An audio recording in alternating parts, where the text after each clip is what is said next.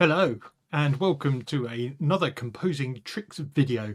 Remember to like and subscribe because there's loads of more stuff like this in my head that I would like to share with you. Today we're going to talk about broken tenths and how they can make your life easy and make your music sound really cool. The reason is because it allows you to create sounds like this. Then I'll show you how I've done it.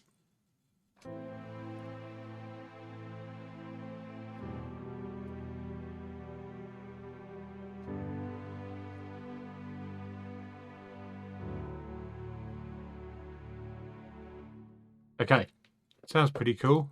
I better not play too much of it because it might get recognised. Okay, now broken tenths is all about the fact that you can end up building up low end frequencies if notes are close together in the lower ranges. So if I just put only the piano on, up here those notes are close together, but they're quite high pitched. So they sound quite good. As you go lower down,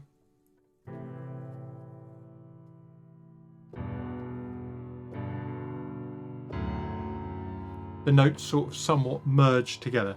So the idea of a broken tenth is literally you take the chord you're playing. So I started on an A minor, but you take the third of the normal triad. So this is just a normal triad position for A minor. You take the third and you put it up an octave.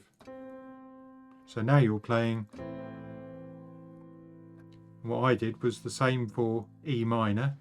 So we start with E minor, E, G and B. We take the third, move it up an octave. Same for the G, move the B up. And for the D we move the F sharp up. Put them together with some nice strings.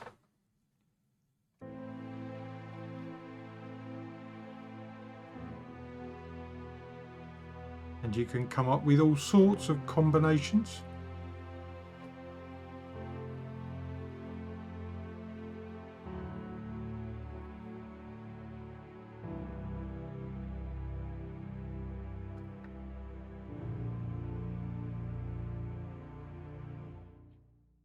It really is a lovely effect to be able to pull off, and so easy to do. So remember, broken tenths, the reason you would use them is if you are struggling to orchestrate the lower end generally, but you could use it in arpeggios as well. Just another little string to add to your composing bow. So go and practice, have fun, look for inspiration, like and subscribe, always appreciated. I'll see you in the next video. Bye for now.